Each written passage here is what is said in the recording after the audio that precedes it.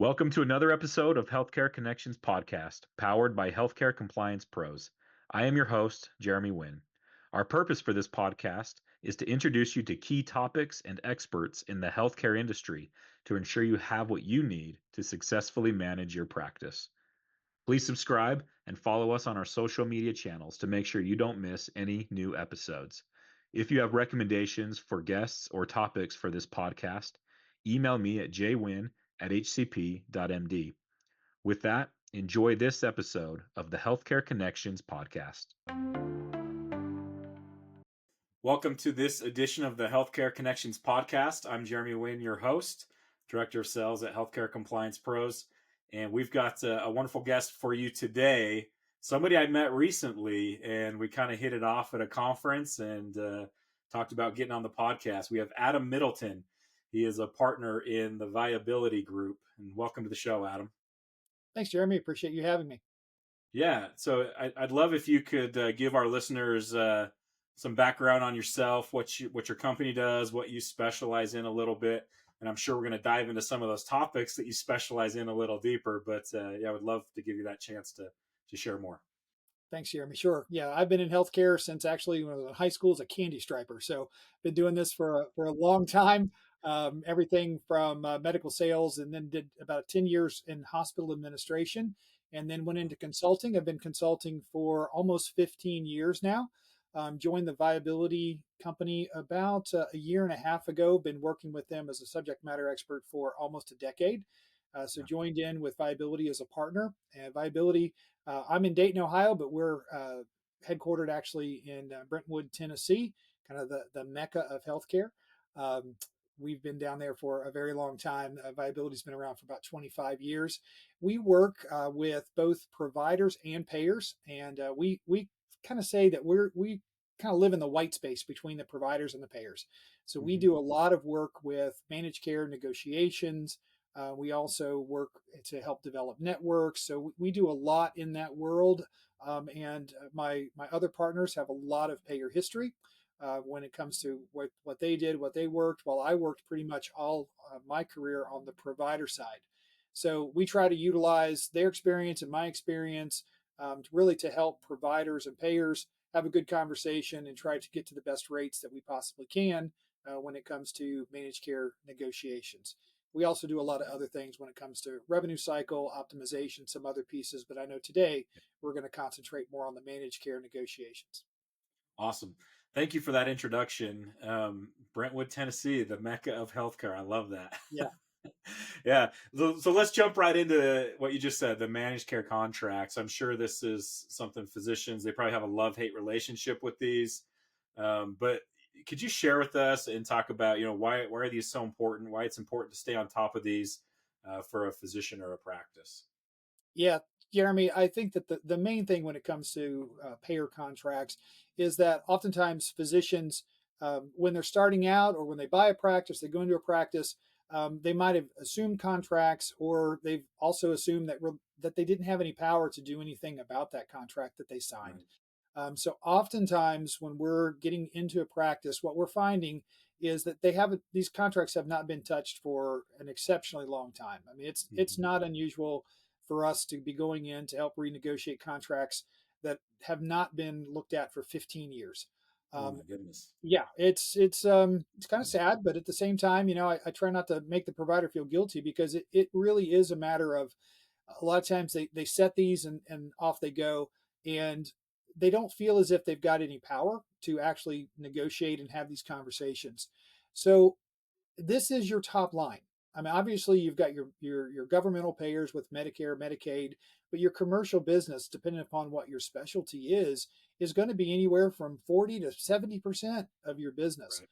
So what we really try to work with and educate the physician is that they need to understand their contracts. They need to understand, what the terms of those agreements are. When are they coming due? When can you have the conversation when you fall into a negotiation window? And the other really big factor is really understand what your fee schedules are. Because oftentimes the provider groups will have the contracts, but they actually won't have the fee schedules attached. The payers sometimes don't put those in the contracts. They say that you've got to go to Availity to go get those. or they Yeah. don't have copies of the contracts themselves, which happens quite often. So they don't have the fee schedule, so they can't even do a really good comparison when they're reconciling the allowables that are being paid versus what the fee schedule should be.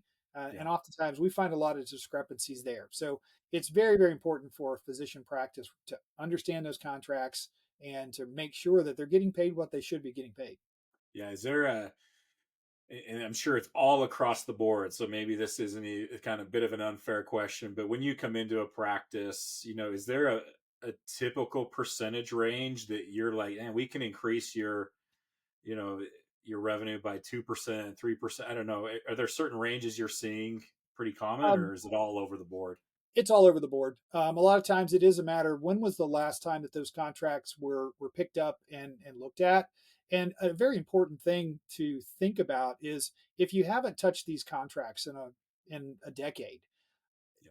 physicians oftentimes, because we go in and I know we're going to chat a little bit about what's called the transparency data, and we use this transparency data to figure out where they are in the market. And physicians will figure out that what I'm getting, I'm less than 25-30% less than what maybe some of my competitors are in the market. I want all of that. Yeah. Well, you're not going to get that. Even though we think that payers have all kinds of money, they also all do have budgets. Yeah. So there's only so much that even a practice with a lot of leverage is going to be able to get, in a 1 year, 2 year, 3 year time period to get them back to a market stance. So Yeah. it's important for physicians to understand, and that's one of the reasons you want to stay on top of this, so you're not going to a payer and asking for 20%. It's got to be a more reasonable type of ask. Absolutely. So those data transparency laws, maybe just for those that aren't familiar with those, maybe provide a little bit of education on those laws, what they are, and then you alluded to this a little bit, but let's dive maybe a little deeper on how can practices use them, how do you use them to help physicians and practices understand their contracts and their position in the market? Yeah, so when the No Surprise Act came through a couple years back, and I'm sure you guys have had podcasts about this probably 100 times with healthcare compliance pros being who you are, there was a kind of a little known portion of the No Surprise Act that the payers really didn't win out on, because the No Surprise Act was leaned pretty heavily towards the payers. In this particular instance, though, the No Surprise Act requires that every payer buy CPT code and by NPI or tax ID number, that they actually put what their contracted rate by CPT code is for every one of those providers. So now it's out there on their websites in what they call machine readable format, and it's Mhm. public information. Now there's billions of data points here. As you can Yeah. imagine, every practice on their fee schedule, they've got a fee for every code that CMS has. So you've got hundreds and hundreds of bits of information that are there. So what we've figured out is we've kind of gone in, we've got an IT team inside Viability Company that has kind of cracked the code. So they go and they pull the information by by payer, by plan, by tax ID to be able to take that information and now compare that from one group to another. So when we utilize this information, we take it first off, we'll pull this down, curate it into a usable format. We take the numbers and we actually compare what the payer is paying compared to Medicare, because that's always kind of the standard. Are you getting Yeah. 110%? Are you getting 77% of Medicare? We Yeah. utilize that. And then we start to look to see inside the practice what a payer, basically comparing payer to payer to payer inside the practice, which oftentimes the practice doesn't really understand. They might know that they might be getting a better rate from a UHC versus a blue or whatever, but now we lay all those across. And then the next important piece of what we're able to do now, because it's public information and we don't have to worry about the old contract law where I might know what you were making, but I knew what your competitor across the hallway was making. I wasn't allowed to use that in a Yeah. conversation. Right. Now I can. It's public information.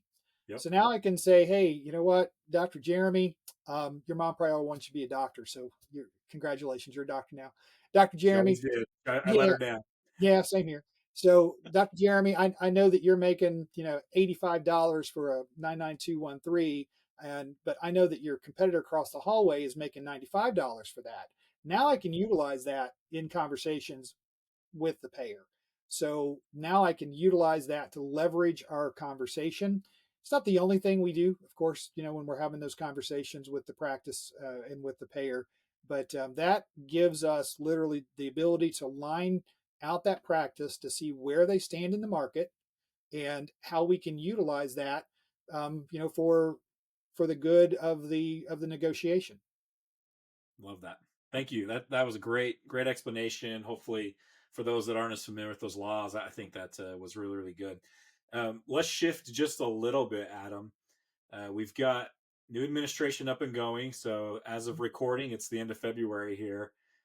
We've got RFK officially, in, and Dr. Oz isn't officially in, but potentially heading that way. Those are kind of going to be two of the players that are going to have some say in what happens.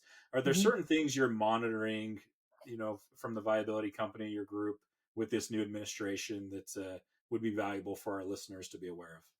Yeah, I think the main thing that everybody needs to be aware of is that changes in the wind.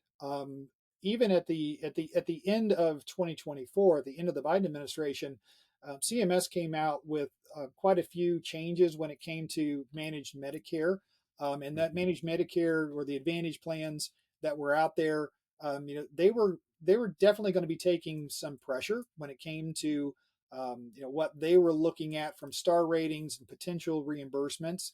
So the payers, which have a very heavily vested investment, in these MA plans, because so much of traditional Medicare now has switched over to the MA plans. It's over Mm-hmm. 50% now. It's probably 52, 53%, I think the last I saw.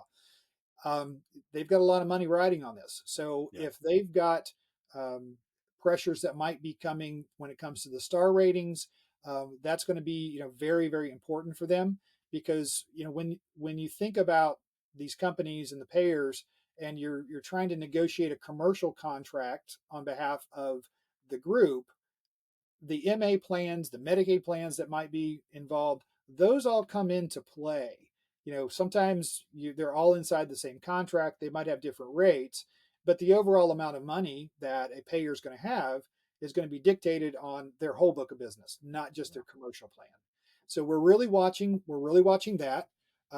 If the Trump administration, goes after the ACA, like they Mm-hmm. did in the first administration, if they go after that and they take away the subsidy that are in the ACA um, plans that are there, that makes a major impact to the payers. Which, if it impacts the payers there, it impacts what the payers will pay to physician practices. So the ACA, the managed plans that are out there, that's very critical. And then last but not least is what could happen when it comes to the uh, the Medicaid state plans, and if the Mm-hmm. feds pull back some of the subsidies and some of the things that they've done on the Medicaid plans, again, it could be some pretty serious hits to the payers that are out there that are very invested in that. So a lot of changes out there, a lot of unknowns. So we're kind of watching that. That does affect our negotiations. It's Right. if a payer's under stress, it's more difficult, for a Yep. provider to get more. And that's why we're being very diligent with the providers to say, you've got to have these conversations. You've got to be in the queue. Yep. It definitely is taking a little bit longer now to get through the process than it was just 2 or 3 months ago. Yeah. So it's a little bit of a slow drag as the payers are trying to figure out what the new environment is for them.